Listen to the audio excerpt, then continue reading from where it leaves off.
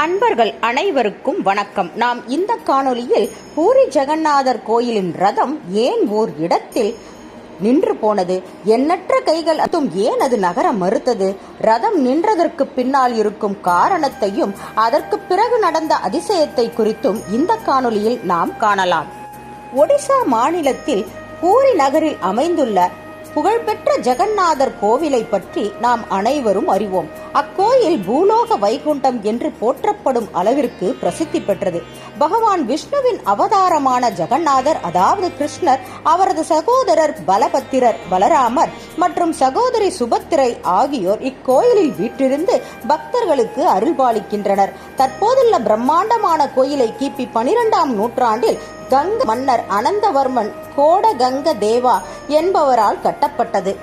இக்கோயிலில் உள்ள மூலவர் சிலைகள் அனைத்தும் மரத்தால் செய்யப்பட்டிருக்கும். 12 அல்லது 19 ஆண்டுகள் குறிப்பிட்ட கால அளவில் பழைய சிலைகள் மரியாதையுடன் மண்ணில் புதைக்கப்பட்டு புதிய சிலைகள் உருவாக்கப்படும்.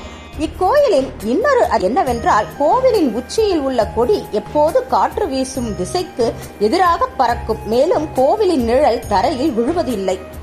இக்கோயிலில் ஆண்டுதோறும் ஆனி மற்றும் ஆடி மாதத்தில் நடைபெறும் தேரோட்டம், அதாவது ரத யாத்திரை, உலக புகழ் பெற்றதாகும்.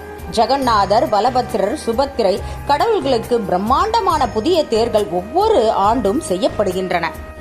பிரபஞ்சத்தின் இறைவனாகிய ஜெகன் இந்துக்களால் மட்டுமல்லாமல் பிற மதத்தவராலும் ஈர்க்கப்படுபவர் என்பதில் ஐயமே இல்லை. ஜெகநாதருக்காக தனது வாழ்க்கையை அர்ப்பணித்த ஒடிசாவின் மிகச்சிறந்த பக்திமானான சாலபேகா தனக்கென ஒரு இடத்தை பூரி ஜெகநாதர் இதயத்தில் பெற்றுக்கொண்டுள்ளார். சாலபேகா 17ஆம் நூற்றாண்டின் முற்பகுதியான கிபி 1607 1608 பிறந்தார். இவர் முகலாய சுபேதரான லால்பேக் என்பவரின் மகனாவார். லால்பேக் போர் நிமித்தமாக தண்டமுகுந்தபூரை அங்கிருந்த கிராமங்களை கொள்ளையடித்து பலரை கொன்றார். அப்போது ஆற்றில் குளித்துவிட்டு திரும்பிக் கொண்டிருந்த அழகிய இளம் பிராமண விதவை லலிதாவை கண்டார். லலிதாவின் அழகின் பால் ஈர்க்கப்பட்டு அவளை வலுக்கட்டாயமாக இழுத்து வந்து அவள் முன்னே அவளின் குடும்பத்தாரை கொன்று அவளை சொந்தமாக்கிக் கொண்டார். பின்னர் லலிதாவை இந்து மதத்தை விட்டு விலகச் செய்து இஸ்லாமுக்கு மதம் மாற்றி தனது மனைவியாக்கிக் கொண்டார். இருந்தாலும் அவள் இந்து மதத்தை பின்பற்றிக் கொண்டே இருந்தாள். லலிதாவின் பெயர் பாத்திமா பீவி என்றானது. லால்பேக் மற்றும் பாத்திமா பீவி என்கிற லலிதா தம்பதியரின் மகன் சாலபேகா ஆவார். சாலபேகா இளம் பருவம் எய்தியதும் தன் தந்தை போரிடும் படைகளில் தன்னையும் இணைத்துக் கொண்டு போரிடத் தொடங்கினார். ஒரு சமயம் தந்தையும் மகனும் ஒரு சேர போரில் சந்து சாலபேகாவின் தந்தை மரணமடைந்து விடுகிறார். சாலபேகாவுக்கோ உடலில் பலத்த காயம் ஏற்பட்டு விடுகிறது.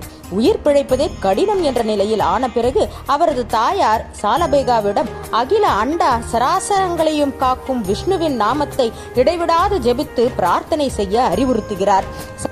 சாலபேகாவும் அவ்வாறே ஜெபித்துக் கொண்டிருந்து அயர்ந்து தூங்கிவிடுகிறார். அப்போது விஷ்ணு பகவான் அவரது தலை மீது கை வைத்து ஆசீர்வாதம் செய்வது போல் கனவு கண்டார். அதற்கு பிறகு அவர் அதிசயமாக விரைவில் குணமடைந்தார். சாலபேகா விஷ்ணு பகவானின் மீது மிகுந்த பக்தி கொண்டார். அவருக்கு நன்றி கடன் பட்டதாக உணர்ந்து இந்து மதத்தை பற்றி மேலும் அறிய முயன்றார். அவரது தாய் விஷ்ணு பகவானே ஜெகநாதர் என்று கூறினார். அதனால் பேரானந்தமும் வியப்பும் அடைந்த பக்த சாலபேகா பூரிக்கு சென்றார். பிறப்பால் பெற்ற மத அடையாளத்தின் காரணமாக அவருக்கு கோவிலுக்குள் நுழைய அனுமதி மறுக்கப்பட்டது. அதன் பின்னர் மனமுடைந்த சாலபேகா நடைபயணமாக விருந்தாவனத்திற்கு சென்று அங்கு வசித்த சாதுக்களுடன் தங்கி துறவற வாழ்க்கையை மேற்கொண்டு கிருஷ்ணரை போற்றும் விதமாக பல பஜனைகளை பாடினார். சுமார் ஒரு வருடத்திற்கு பிறகு அவர் மறுபடியும் ஜெகநாதரின் ரத யாத்திரையை காணும் ஆசையுடன் பூரிக்கு சென்றார். ஆனால் வழியிலேயே நோய்வாய்ப்பட்டார். தன்னால் உரிய நேரத்தில் பூரியை அடைந்து ரத யாத்திரையை காண முடியாது என்று உணர்ந்த அவர் ஜெகநாதரை மனதில் நிறுத்தி தான் வரும் வரை தனக்காக அவரை காத்திருக்குமாறு பிரார்த்திக்கிறார். இதற்கிடையில் பூரியில் புகழ்பெற்ற நந்திகோஷா ரதம் சாலையின் முன்னே உருண்டு சென்றது. எண்ணற்ற கைகள் அதை இழுத்தன. ஆனால் ஒரு கட்டத்தில் ரதம் திடீரென நின்றுவிட்டது. எத்தனை பக்தர்கள் ஒன்று கூடி கயிறுகளை இழுத்தாலும் ரதம் நகர மறுத்தது. அனைவரும் குழம்பினர். ஜெகநாதரின் ரதமான நந்திகோஷா பக்த சாலபேகா அங்கு வரும் வரை நகரவே இல்லை. சாலபேகா இதை எதையும் அறியாமல் அவ்விடத்திற்கு வந்தார். ரதம் நகரவில்லை என்ற செய்தி மக்களின் மூலம் அறிந்து கொண்டார். உடனே ஓடிச் சென்று ரதத்தின் முன்னே அமர்ந்து கைகூப்பி ஜெகநாதரின் கருணையை எண்ணி நன்றி தெரிவிக்குமாறு கண்ணீர் மல்க பிரார்த்தனை செய்தார். பிறகு அவரும் அங்குள்ள மற்றவர்களும் ரதத்தை இழுத்தவுடன் என்னே ஆச்சரியம், ரதம் நகரத் தொடங்கியது. அதற்கு பிறகு பக்த சாலபேகா அவ்வூரிலேயே தங்கி பூரி ஜெகநாதரை குறித்து பல பாடல்களை பாடினார். அவர் மறைந்த பின் அவர் உடல் எங்கு ரதம் நின்று போனதோ அந்த இடத்திலேயே அடக்கம் செய்யப்பட்டது.